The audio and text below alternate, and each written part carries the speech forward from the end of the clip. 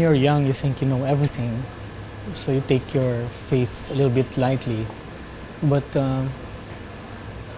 I was having my internship in a delivery room, and I was witnessing for the first time a live birth. And then I noticed when the baby came out, I was, struck by the moment, and I thought, how could one life form come out of another life form?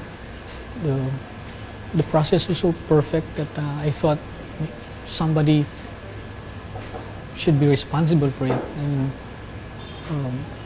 the process is so perfect, and there has to be somebody powerful to be able to ensure that whole process. So I thought, there has to be somebody responsible. Otherwise, nothing makes sense.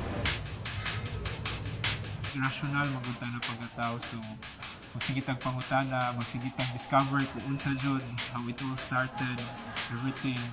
Yeah, usahay makapangutana gayta na unsay purpose nato in life. What is my purpose in life? First of all, let me say to you two things: science and faith. These two topics are the topics that are mostly in conflict. Okay, so as a physics teacher myself and also as a Catholic, I don't see conflict between creation and our belief in science. Though, as we all know, science is based on facts. And I would agree with the line of Einstein, which says, it's taken from a blog, which says that science without religion is lame, and religion without science is blind. So, for me, there are really things which science cannot explain. For in fact, if we are going to start with the creation, not everything there in the creation will be consistent with science. Based on science, like if we have relativity, so like the creation was made in just 7 days, and then here comes scientists who argue that in just 7 days. But if we come to look at the Einstein's perspective, so there we have relativity in which our time is with a certain reference frame. It is dependent on a certain reference frame. So for me, it's not totally na if you believe in science, you don't believe in God. And there are things in which science cannot explain. In fact, like for example, Big Bang. So everything in the world starts with a singularity, that one thing, and then there is a big explosion.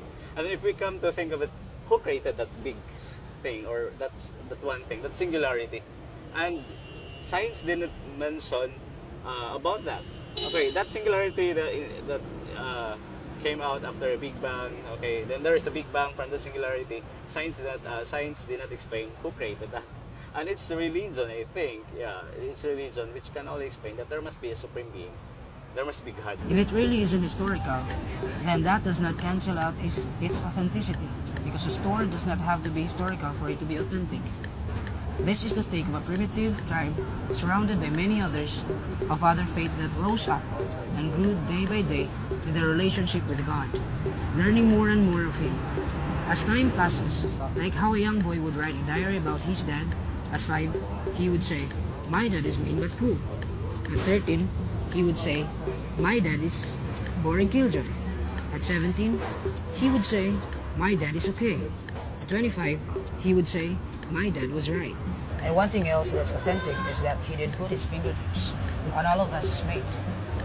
Every single thing in the universe that is God-made has a Fibonacci series in its structure, whether it is living and is made up of genes or simply non-living. This includes the shape of the universe itself, the shape of seashells, the ocean waves, each unique fingerprint, and the human body, animals, and even down to DNA itself, It is true indeed that no matter all our differences, as said in Galatians, we are all one in Christ. Christ, whom in the book of John was spoken of, as in the beginning was the Word, and the Word was with God, and the Word was God. Apart from the Word, nothing made could have ever been made. As the quote itself says, "And God is love. Therefore I conclude that we are all made by love in the image of love, and for love, and of love, so we can act like what is made for us, and have since the beginning, and made us back in the image again, through His sacrifice to beat sin when we put ourselves in the image of Him. And I've also learned from someone that when scientists study the human down to the smallest structure, the human is made up of tiny interconnected crosses. See, we're all made of love. Being a Christian isn't just about those kinds of people who do those rituals. Being a Christian is simply knowing what you're made of, and made of since the start, and by whom, and how you're put back in the image of love himself through the only way when you hopelessly put yourself in the image of hateful sin. We're made of love, and love is beautiful. And no matter our differences, we're all made of beautiful. And like in romance, he indeed put his fingertips on all he's created. I believe that this, my second life, is being given to me by God because He loved me. Every second of my existence, I know that somebody had to create all of us and for a purpose, and that purpose is love. At some point, reasoning simply gives up.